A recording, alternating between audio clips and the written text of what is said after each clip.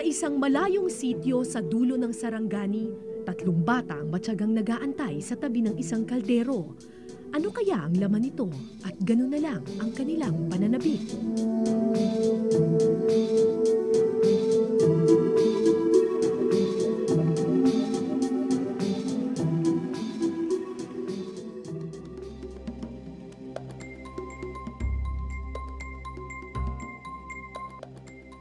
Sa panahon ngayon, pera na raw ang isa sa pinakaimportanteng bagay sa mundo. Di ba nga't may kasabihan, pera ang nagpapaikot sa mundo. Pero alam mo ba kung saan gawa ang perang iyong pinakaiingatan?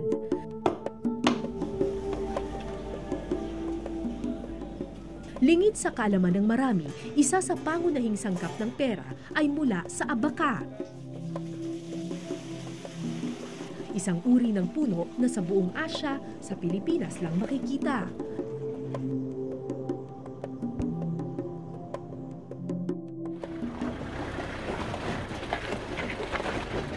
Sa Sitio Banli ang aming pakay, isa sa pinakamalayong sitio sa Malapatan, Sarangani Province. Isa sa pangunahing hanap buhay ng mga taga-roon ang pagkuha ng abaka. Hindi biro ang biyahe patungo sa isa sa pinakaliblib na sitio ng Sarangani. Madilim, mabato, matalahim at matagtag. Okay lang kayo dyan? Okay lang kaya. So far, so Parang good. lamog na po kami. Kalahati. Mahigit 4 na oras daw ang aming tatahakin. Sadyang pinili naming umalis ng gabi para sa paanan ng bundok kami abutan ng bukang liwayway.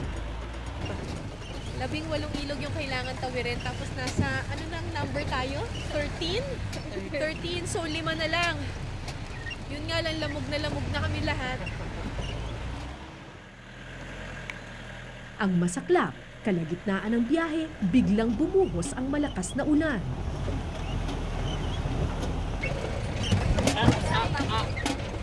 Lapit na kuya. Malapit na. Lapit na ano.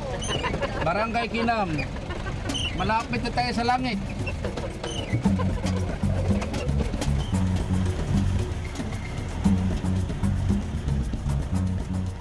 Sa biyahe na kami inabutan ng pagputok ng umaga.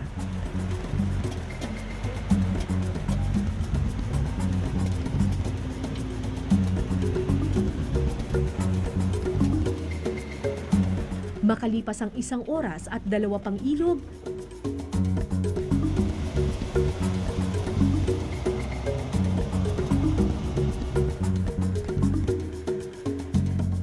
isang maliit na komunidad ang sumalubong sa aming tingin.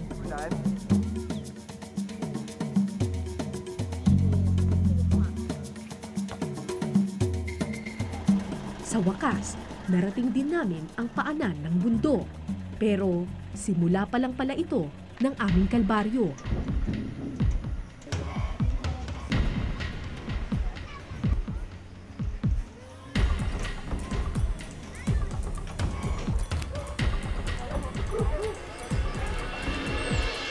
So papunta kami ngayon sa Sitio Banli. Ang sabi ng mga taga rito, mga 3 oras daw yung lakad. Pero sa experience ko, pag sinabi nilang 3 oras, mga 6 na oras siguro sa akin yun kasi mabagal ako maglakad. May mga kasama kaming mga members ng CAFGU kasi para mas safe lang at secure lang yung buong team.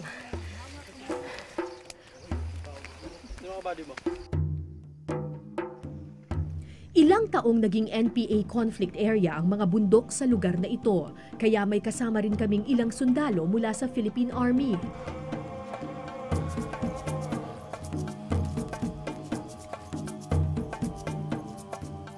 Matarik ang paakyat sa Sitio Banli. Kakaunti pa lang ang nakakaakyat sa natatagong sityong ito ng mga tribong Blaan. 6 na oras na lakaran pa ang aming bubunuin. Tirik na tirik ang araw noon, lalong nagpainit sa panahon dahil halos walang punong masisilungan sa bundok. Saan ba yung pupuntahan? Doon?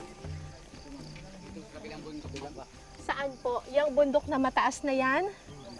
Tapos, yang tuktok na yan? Sa baba pa. Sa baba niyan? Mga isang oras pang lakad. Isang oras pa pagkababa. Mukhang malayo-layo pa ang aming lalakbayin. Pero pagod man ang mga paa, dumiretso kami sa pag-akyat.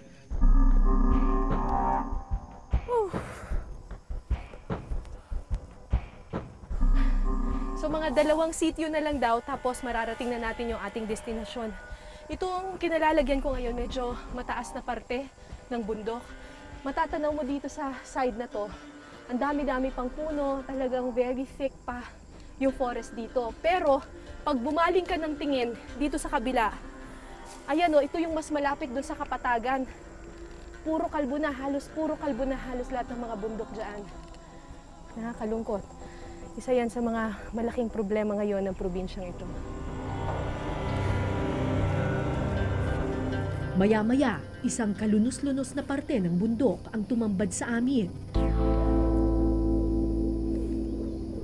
Hindi ko alam kung sino at bakit pinutol ang mga punong ito. Pero sa tagal kong umaakyat ng mga bundok, alam kong hindi magandang pangitain ang hatid nito.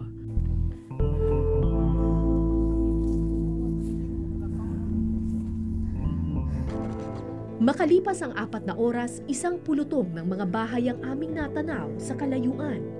Oh my gosh! Yan na ba? Napapalibutan ng mga bundok ang maliit na sitio ng Banli.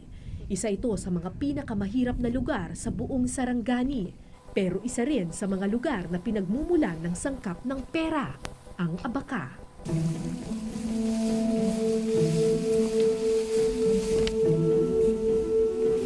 Dalawang oras pa ang nilakad namin hanggang maabot ang liblib na komunidad.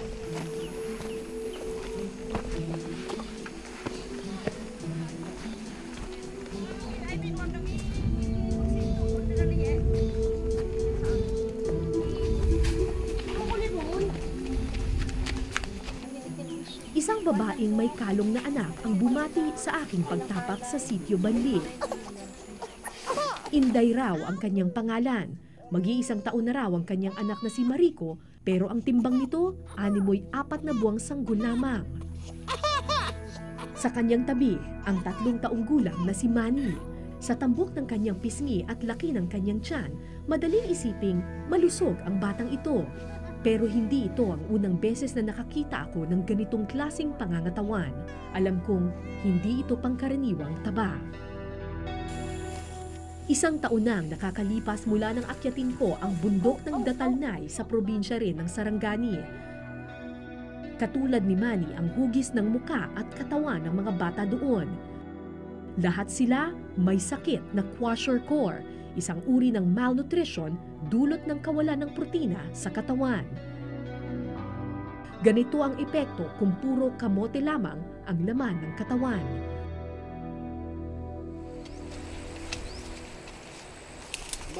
Hindi ako nagkamali sa aking hinala. Mag-aalas 12 na noon at ang tatay ni Manny na si Tusan nagbubungkal pa para maghanap ng tanghalian.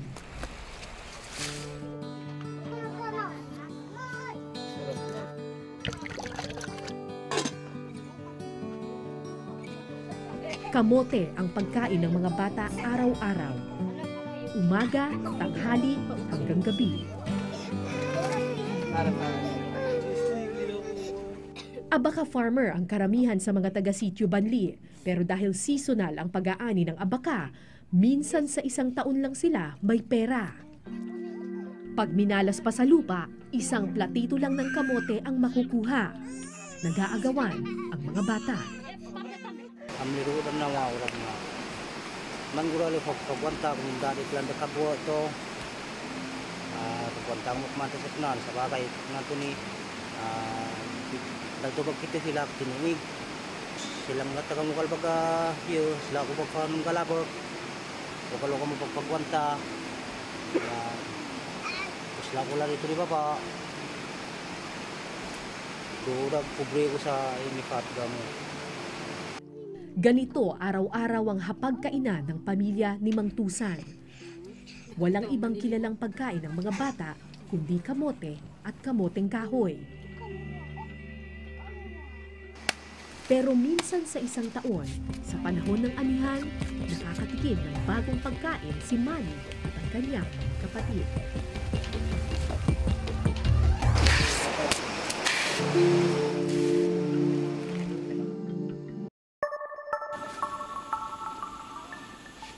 Ang hibla ng abaka ang isa sa pinakamatibay sa buong mundo. Sa buong Asya, sa Pilipinas lamang matatagpuan ang puno ng abaka.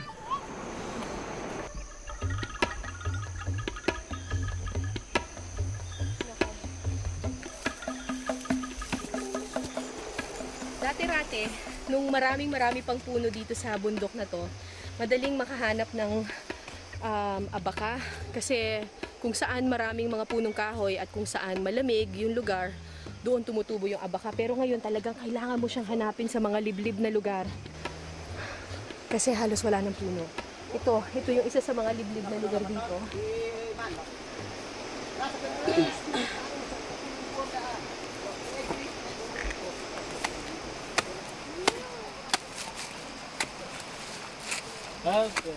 Sa isang pulutong ng abaka, natagpuan ko si Mang Tusan.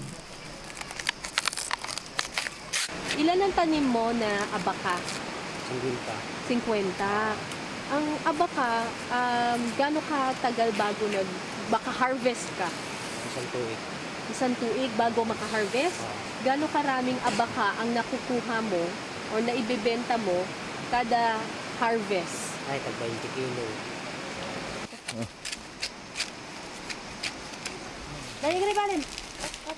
Ang malalaking puno ng abaka lang ang pwedeng mapagkunan ng hibla. Pagkatapos maputol ang puno, maingat itong tatalupan para makuha ang balat. Dahil isa sa pinakamatibay na fiber sa buong mundo ang abaka, ginagamit ito di lamang para sa mga tali at tela, kundi pati sa papel at pera na gaano man kanipis at ilang beses sa mga mabasa ay di agad-agad mapupunit.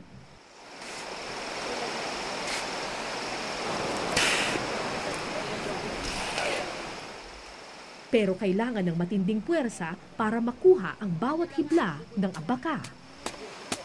So yung abaka, very fibrous siya. So makikita mo meron siyang parang grooves na ganyan. Actually, may sinulid dyan sa loob na kailangan nilang ma-extract. So para ma-extract nila yung parang sinulid na nandoon sa loob ng abaka, merong parang ganito, matibay itong klaseng ito ng sinulid na to. Kailangan papapuntahin mo siya dito sa, may blade dito, merong mekanismo dito na tatapakan mo siya, tapos parang may blade. Lalagay mo siya dito, tapos iipitin mo siyang ganyan, tapos saka hihilahin. Okay, hindi ko lang mahila kasi ang tigas. Mahaba niya. Kailangan habaan ko. Hindi ko kaya. Ha? Ang hirap. Kailangan liitan ko na lang. Sige, kung maliit para sa akin. Yan. Tapos hihilahin mo ngayon siya para lumabas yung... Okay! Ito. Oh my God. Ganun, no? Tapos gaganunin na ngayon. Oo. Yun na. Tapos ito na ngayon yung abaka. Oo. Kaya di ko lubos maisip kung paano kinakaya ng batang si Gerson ang trabahong ito.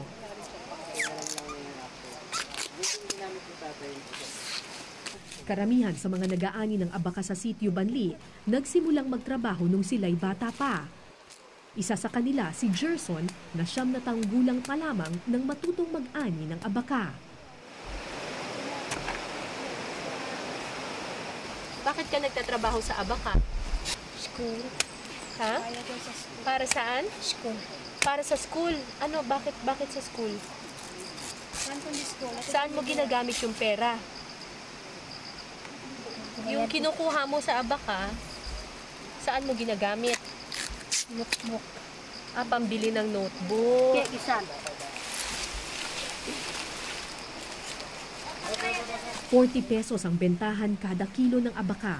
3 puno ng abaka ang kailangan mong putulin at iproseso para makakuha ka ng 1 kilong hibla nito.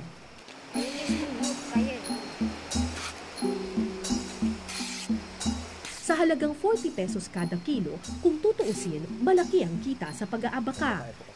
Yan ay kung maraming puno na mapagkukunan ng hibla. Noon daw, sa dami ng mga puno, 3 beses kada taon sila nag-aani ng abaka.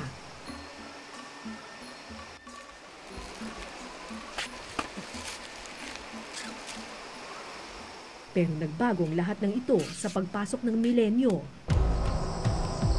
Kung kailan nagsimulang makalbo ang mga bundok. Unti-unti pinuputol yung mga kahoy. Ano po ang naging epekto nung pinutol ang mga kahoy? Kung kanlang ang midad kayo, galalo sa dalutay. Matakaw sa tubig ang puno ng abaka, kaya tumutubo lamang ito sa mga lugar na malapit sa ilog o sa mga lugar na malilim at malamig. Kapag nakalbo ang bundok, kapag naubos ang puno, mauubos din ang lilim na kailangan ng mga abaka. Eh paano kapag walang kahoy? Wala na. Patay na. Patay. O patay na isa init. Basta bago ng tanim, patay na. Tanim mo ito. O tignan mo, wala na. Isang taon na yan, ba't ang payat pa rin? Habang pinagmasdan ko ang mga naninilaw na dahon ng abaka, bumalik sa alaala ang mga punong walang habas na inubos. Eh paano po ngayon? Kasi yung mga bundok ninyo po parang naubos na rin ang kahoy. Na ano sa programa. Yung programa kung walang kahoy, abaka wala nang walang buhay ang abaka kung walang kahoy. Kaya kung dati 3 beses sa isang taon sila nag-aani, ngayon 1 beses na lang kada taon. Eh di ibig sabihin, sa isang taon, magkano lang ang kinikita ninyo sa isa katuig?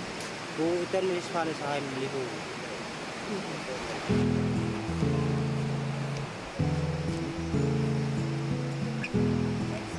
₱1,000 kada taon, 80 pesos kada buwan. Naisip ko si Manny at ang kanyang mga kapatid. Anong mabibili ng 80 pesos para sa mga anak ni Mang Tusan? Eh paano yun sa araw-araw? Anong kakainin? Kamuti. Karne. Wala sa ay. Hindi naman Nagsamin na ulit pa. Karne. tuwing kailan lang kayo nakakain ng karne? Bilog. Sa ay, kaunod karne. Sa katuwid ng ina. Kaya nagkasaro ng mga simbahan. Eh tuwing kailan lang kayo nakakatikim ng bigas? Nagsa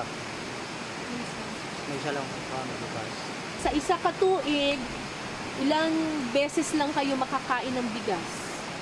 Kung mo kami lukantang budget ni tatlong supa hindi sa kaya namin. Sa bahay ni Mang Tusan, 1 bungkos ng abaka ang nakaimbak. 1 taon na niya itong iniipon. 1 taon nang inaabangan ng mga bata ang pagbebenta sa abaka. 1 taon na nilang hinihintay ang pagkakataong makatikim ng ulam at bigas.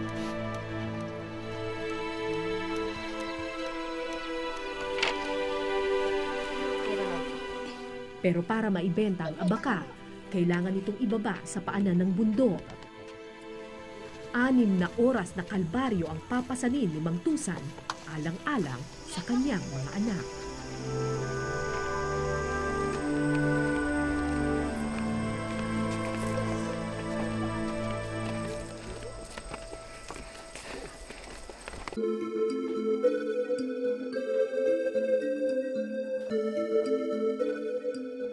Alas 12 ng tanghali nang magsimulang lumarga ang grupo pababa ng bundok. 6 na oras pa ang kanilang lalakarin, 6 na oras din nilang papasanin ang mabigat na abaka.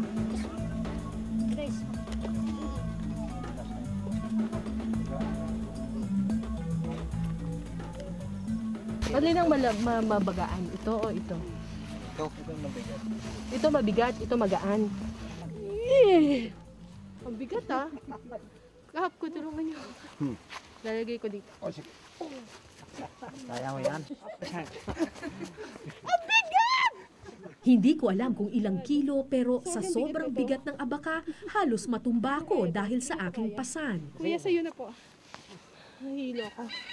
Bigat. O, tignan mo, mahirapan mo dito.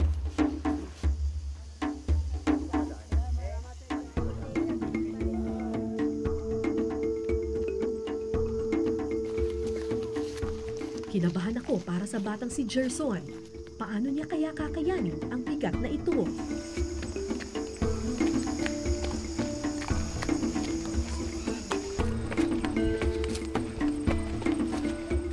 Matarik ang daraan ng mga bundok. Madulas din at maputi. Mabuti na lang at kasama ni Gerson ang isa sa kanyang mga tiyuhin. May kahalili siya sa pasanin.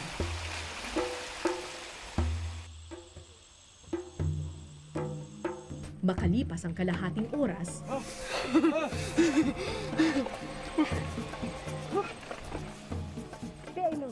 sa puntong ito, hindi na kaya ng bata. Ubalili na kay Gerson ang isang mas matanda.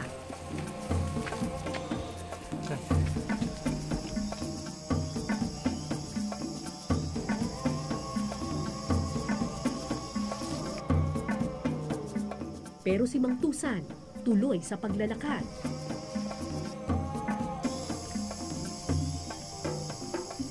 Halos di nagpapahinga, maliban sa paminsan-minsang pagpapalit ng bigat sa leeg at balikat.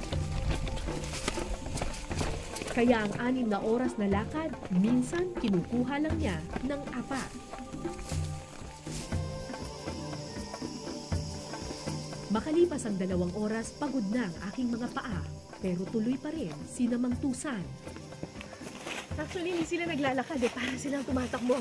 Parang brisk walking kasi para daw medyo gumaan-gaan ng konti. Hindi nadala nilang abaka. Kung kalbaryo ang paakyat ng bundok, mahirap din ang pababa. Masakit sa tuhod. At sa kaso ng mga nagkakarga ng abaka, doble pa dahil sa bigat na kanilang pasan. Kaya naman, dito kasi sa part na to, medyo pababa siya. Kaya, ang ginagawa nila, yung gravity dahil pababa gano'n, sinusunod na lang nila yung katawan nila. So, para silang walang preno, parang tumatakbo na.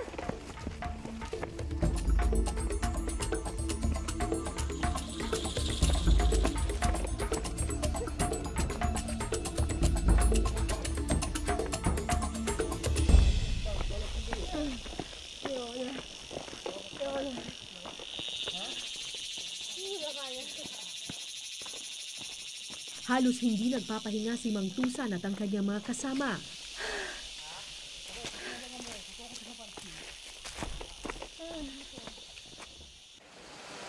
Tumitigil lamang kapag may madadaan ng ilog na pwedeng mapag-inuman.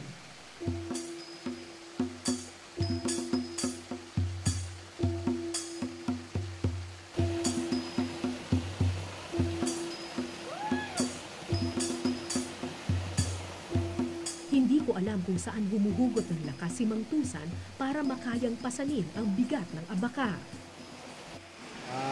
Kaya kung pagkakulam sa karni, talagang dadapin na maya eh. Pero sa miminsang panahong magpapahinga kami, wala siyang ibang sinasambit, kundi ang anak niya, si Manny. Pagwanta ko pa, wala at napapabaga pa rin kamo ito ni Kalabog. Hindi ko kakakantay na supply ka ron mo siya. Pagkatapos ng 6 na oras, 10 ilog at di mabilang ng mga bundok, narating din namin ang tindahan ng abaka. So umalis kami doon sa bundok ng mga tanghaling tapat ngayon. Palubog na yung araw. Ngayon lang kami nakarating dito sa sityong ito. Anong sityo to, kuya? Sityo si Mandre. Sityo si Man. Sityo Tiyahi. Ay, gandang araw po.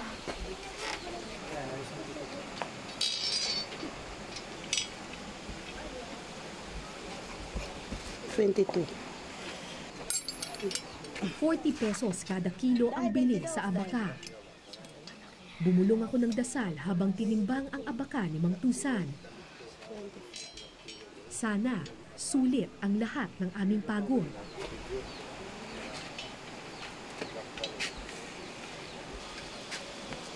20, 27. 27. 27 kilos. Kung hindi ako nagkakamali, mahigit 1,000 piso ang iuuwi ngayong araw ni Mang Tusan. Pero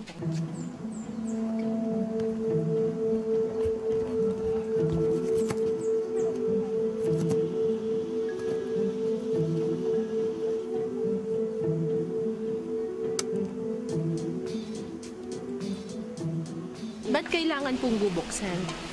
Baka may basa doon sa loob at pagdating doon sa Jinsan, bawasin naman nila. Bawal po ang basa. Oo, bawal ang basa. Bakit po? Kasi maputol. Dali lang maputol. Madaling maputol.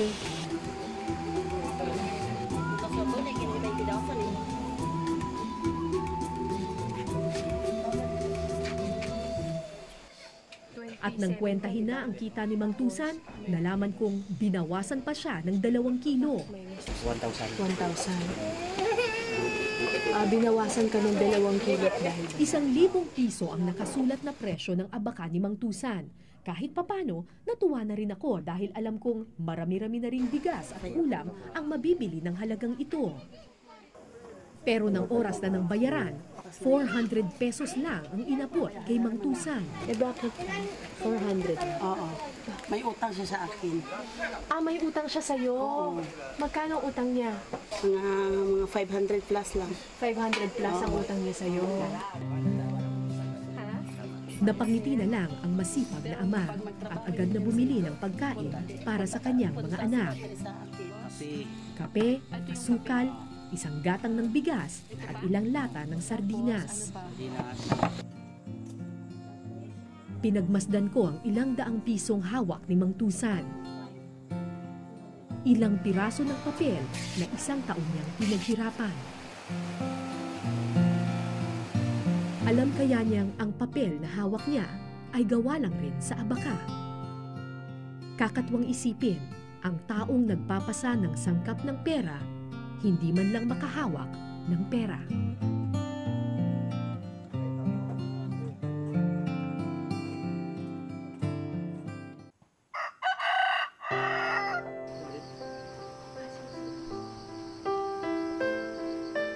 Kinabukasan, matyagang naghintay sa tabi ng kaldero si Manny at ang kanyang mga kapatid. Ito ang unang araw matapos ibenta ni Mang Tusan ang kanyang abaka. Batid ko na ang inaabangan ng mga bata.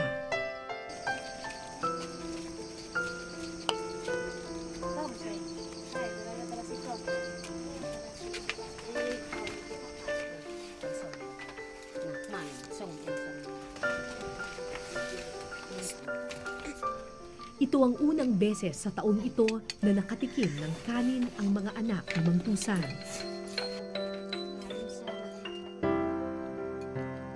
Bawat butil kanilang ninamnam. Dahil bawat butil nito ay ilang oras na pinasan,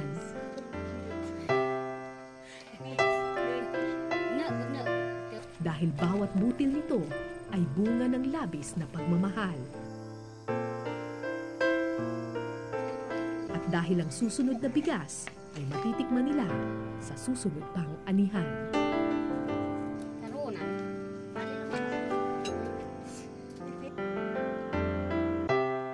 Ako po si Cara David at ito po ang Eyewitness.